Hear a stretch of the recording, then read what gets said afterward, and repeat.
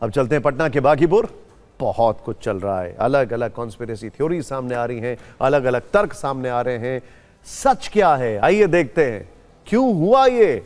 उपचुनाव के नतीजे आए 24 घंटे ज्यादा हो चुके हैं, लेकिन बांकीपुर की बदली हुई राजनीतिक हवा देश प्रदेश व्यापी चर्चा थम नहीं गई। देखिए, पॉलिटिकल पंडित अपने अपने हिसाब से नितिन नवीन की सीट पर बीजेपी की हार का विश्लेषण कर रहे हैं। बीजेपी को उसके गढ़ में हराने वाले प्रशांत किशोर खुद चुनाव रणनीतिकार रहे हैं, उनका भी अपना एनालिसिस है जो उन्होंने टीवी9 भारतवर्ष के साथ शेयर किया है। बीजेपी की हार के 3 कारण उन्होंने बताए हैं। हालांकि उनसे हमने सबसे पहले यही पूछा था कि आपकी जीत के कारण क्या है, लेकिन ध्यान से देखिए, प्रशांत किशोर के मुताबिक पहली वजह है सम्राट चौधरी का मुख्यमंत्री बनना। वो मानते हैं कि बिहार की जनता को 7वीं फेल और हत्या के केस में जेल गया व्यक्ति स्वीकार्य नहीं। दूसरी वजह बीजेपी का राजनीतिक अहंकार। बीजेपी ये मानकर चल रही थी कि किसी को खड़ा कर देंगे तो भी जनता हमें ही वोट देगी। इस बात को लेकर लोगों ने एक रिएक्शन दे दिया। तीसरी वजह, एनडीए के चुने हुए प्रतिनिधियों ने लोगों को फॉर टेकन फॉर ग्रांटेड ले लिया। बीजेपी के पुराने कार्ड फेल हो गए।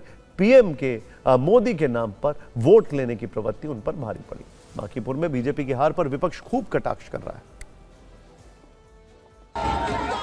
3 ऐसे कारण बताइए जो आपकी जीत में मतलब उसने पेव किया। पहला कारण सम्राट चौधरी का मुख्यमंत्री बनना।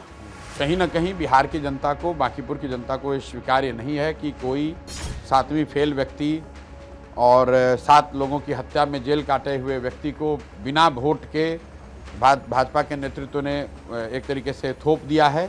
तो ये बहुत बड़ा फैक्टर रहा है। दूसरा, भाजपा का जो राजनीतिक अहंकार रहा है, जो बात कही गई, दोहराई गई, घर घर की बात हो गई कि हम लोग कुत्ता बिल्ली को भी खड़ा करेंगे तो बांकीपुर की जनता हम ही को वोट देगी। ये आपके अहंकार को दिखाता है कि हम किसी को भी खड़ा करेंगे। ओवर कॉन्फिडेंस, अति आत्मविश्वास। नेता लेकिन कह रहे हैं कि कुत्ता बिल्ली की बात किसी ने कही नहीं। कहा तो कई लोगों ने है, तो लोगों में उसका बहुत बड़ा रिएक्शन था। और तीसरी बात, जो चुने हुए प्रतिनिधि हैं, कहीं ना कहीं उन्होंने अपने जीत को एक तरीके से टेकन फॉर ग्रांटेड ले लिया है। इसलिए कि उनको लगता है कि जब चुनाव होगा तो जाति चलेगा, जात नहीं चलेगा तो हिंदू मुसलमान बनाया जाएगा, दोनों नहीं चलेगा तो मोदी जी का चेहरा दिखाया जाएगा। मैं आपसे कह रहा हूं कि बीजेपी को समझने की जरूरत है। बीजेपी ने बिल्कुल फेयर चुनाव कराया इस बार। पुलिस प्रशासन नहीं लगाया। जिस तरीके से उन्होंने कुंदरकी चुनाव में, मीरापुर के चुनाव में, रामपुर के बाई इलेक्शन के चुनाव में या अन्य जो बाई इलेक्शन यूपी के हुए थे, जो बेईमानी की थी वो नहीं की, तो समझ लो आप। तो वो चेक कर रहे थे कि कितनी जनता में नाराजगी है। जब आम चुनाव आएगा तो वो अपना फोर्स लगा देंगे। ये हार नहीं है, उन्होंने अपना तय किया है कि बिना बेईमानी के जनता कितना वोट देगी। अब दिख रहा है ना कि लोग थक चुके हैं, ऊब चुके हैं बीजेपी से। समझ रहे हैं अब कि क्या हो रहा है, क्या नहीं हो रहा है देश में। और उसके और ये या मेरे ख्याल से ये शुरुआत है। प्रशांत किशोर ने अपने एनालिसिस में बीजेपी की हार की एक वजह सम्राट चौधरी को बताया। कुछ ऐसे ही सुर जेडीयू की तरफ से भी आ रहे हैं। पार्टी के बाहुबली विधायक अनंत सिंह का मानना है कि नीतीश कुमार को सीएम पद से हटाना बीजेपी को भारी पड़ गया। यहां पर इंटरेस्टिंग बात यह है कि जो प्रशांत किशोर अब कह रहे हैं, आने वाले समय में वो काफी इको करेगा। सवाल यह है कि क्या यही वजह है या फिर मल्टीपल फैक्टर्स हैं हार की वजह की। बांकीपुर में मिली हार की चर्चा दिल्ली के सियासी कॉरिडोर तक है। आज एनडीए की मंगल मिलन मीटिंग थी, जहां से 20 सेकंड का एक वीडियो आया है। इसमें आप पीएम मोदी को बीजेपी अध्यक्ष नितिन नवीन से बात करते देख सकते हैं। बांकीपुर नितिन नवीन की राजनीतिक विरासत रही है, जिसे इस बार बीजेपी नहीं बचा पाई।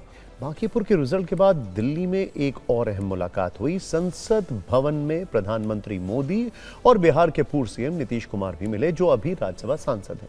इस मुलाकात में केंद्रीय मंत्री ललन सिंह और जेडीयू सांसद संजय झा भी मौजूद रहे।